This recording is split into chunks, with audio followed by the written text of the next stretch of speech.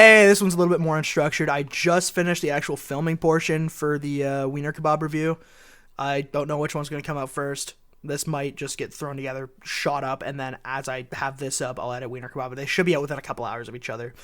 So this is going to be my little, I went to Toronto. Here's what I did. Here's what my fucking influencer time was spent doing. Smoking crack in bathrooms, you know.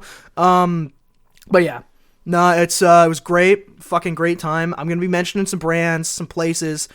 Nobody has shoved the 20 in my urethra to suck them off. If I say I like it, I like it. If I say don't like it, I fucking sucked. Okay? So, with that out of the way, trains. Trains are fucking cool. I love trains. Take trains places. If you don't want to drive in Toronto, go to Via Rail and say, hey man, I need a ticket to go to Toronto. And then you fucking get on the train. Bam. Fucking like 2 hours from London, an hour and a half from Woody. You're in Toronto. It's fucking great. It's so fucking fun. You just sit there, you look out the window, you don't have to worry about shit. It's so nice. So yeah, I got on the train, spazzed out about train maxing, got off at Union Station, and walked my ass over to the CN Tower. I was like, because my hotel check-in wasn't until 3. I finally got the text, so it was about 1. So I fucked off, walked around the CN Tower, got some goofy-ass photos.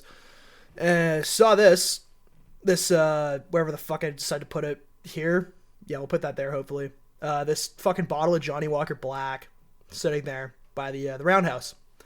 Funny, haha, yes, me posty with no effects, haha, funny, I laugh. So, I fuck off from there, and I'm like, oh, the aquarium's there. Foreshadowing. So, I go to this place called South Street Burger. I get a fucking Hawaiian burger. It's got spicy mayo, a little bit of fucking fried Spam on it, some pineapple, fucking great, fucking really goddamn good. So I'm soaking in the Toronto architecture, and lo and behold, not a lot of crackheads. I don't know what's up. Maybe they're all like different areas, but I only really had like 1 or 2 crackhead encounters.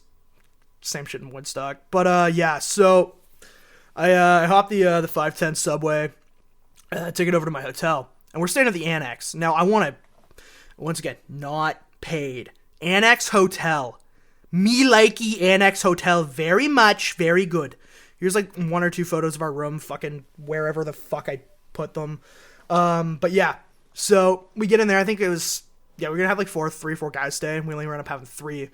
$420 for 2 queen beds in a room. Place was clean. Lobby was separate from the actual hotel building, which was kind of cool. So you just like cut around, didn't have to go through the lobby to get back up. Actual entrance, if you see it at night, it's like glowing blue. It's such a fucking just vibe of a place. Right by like some art shit in the annex there.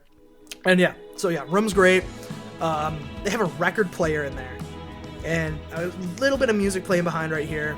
I don't want to try and like copyright strike or some shit, but just I want to show my appreciation to how cool this band is. So we had records. We had Chronic by Dre, a couple like older like jazz blues records. And then this one we had no idea what the fuck it was, called Patina by Tallies. And we threw that in. And it's a really cool like emo shoegaze record. It's like very Talking Violet-esque. And if you know me, you fucking know I love the Talking Violet album so fucking much. Keep your eyes open. I'm probably gonna be doing a legacy review on that soon. But yeah, so we threw that on after the show. So that's just me talking about that so I don't forget, because the show, you'll see some footage in the wiener kebab review at the start, so I'm not going to bother putting it here. But sold out show at the Hard Luck. So big ass crowd up front. So polluted. So me, 2 of the guys from No Exceptions, one of our buddies Blake. Shout out those boys. So I was there with the Luda guys. We stayed. And then the other 3 driven up last second. They got tickets. I got really lucky.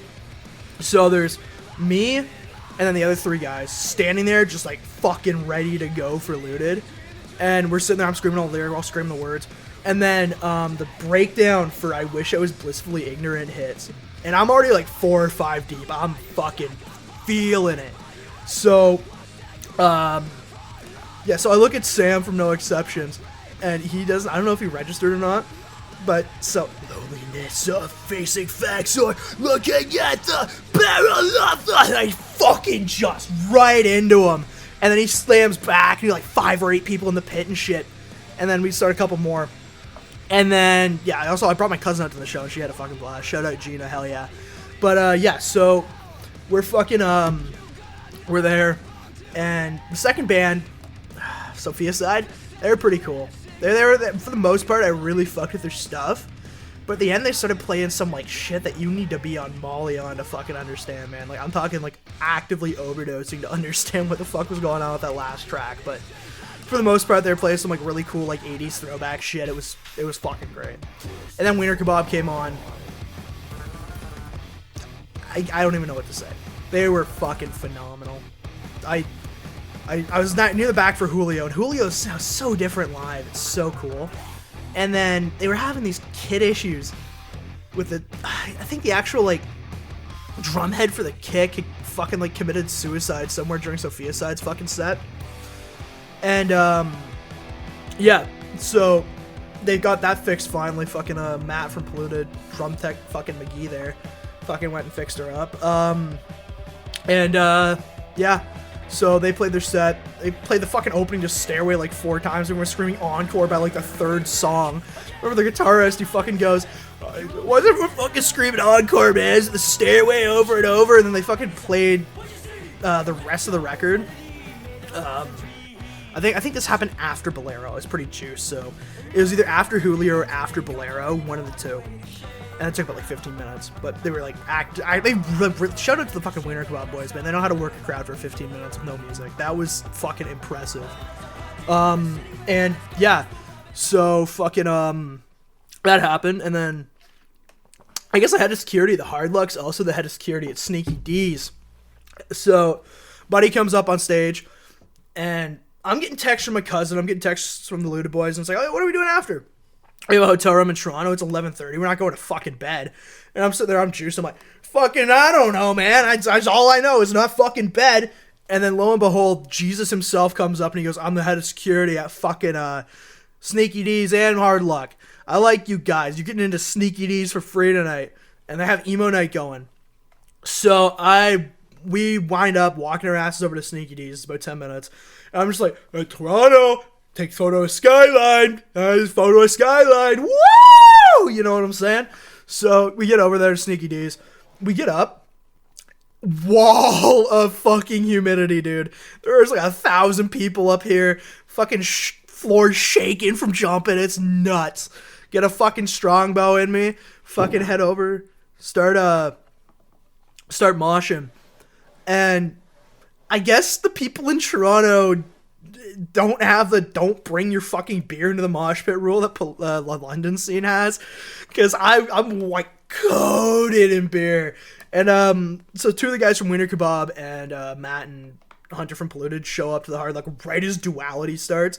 I see Hunter, I'm like, I'll be right back, and I fucking start slamming into people in the pit. I brought my beer, he gets crushed against my chest, shoots everywhere. Oh, fuck, that was some wild shit. And then so yeah, we go back to the hotel, fuck around for a couple hours, pass out, wake up. Yeah.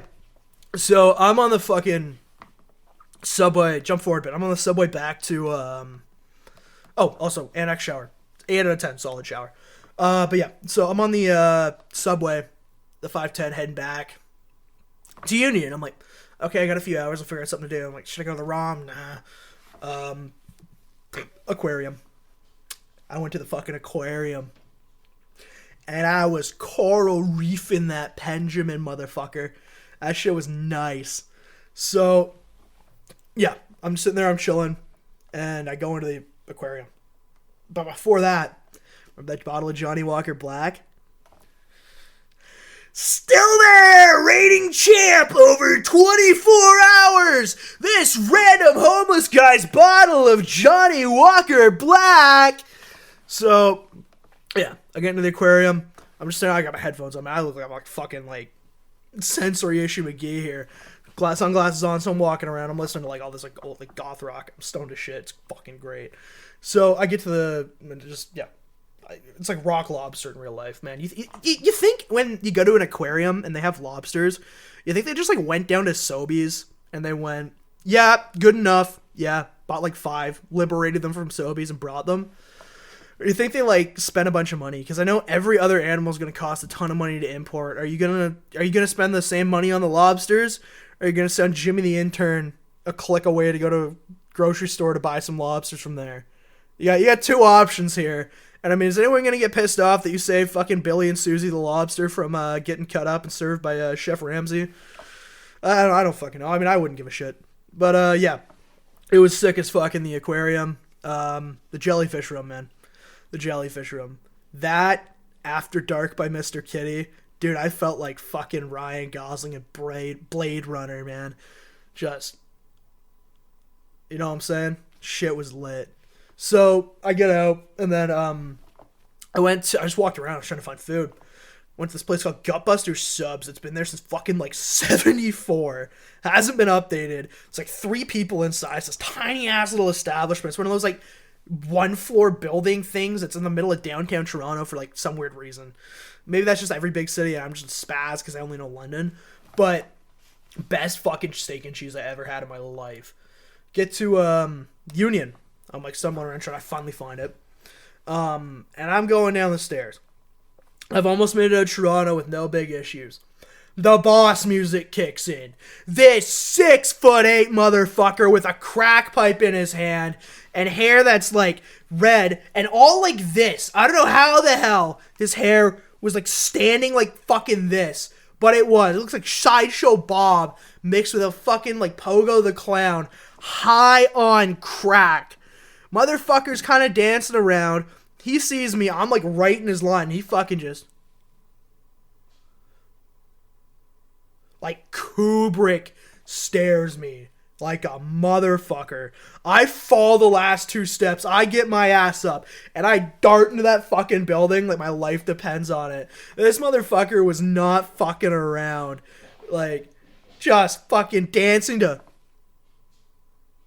no. That's 30 seconds outside of the train station in Toronto. I'm not going down like that, man. If I'm going down, I was going down on the hard block. So, yeah. Go in, get on my train, get the fuck home. Done and dusted. That's my Toronto story. Thanks for watching. I am severely lacking in vitamins that may or may not include vitamin D and vitamin fucking your mom.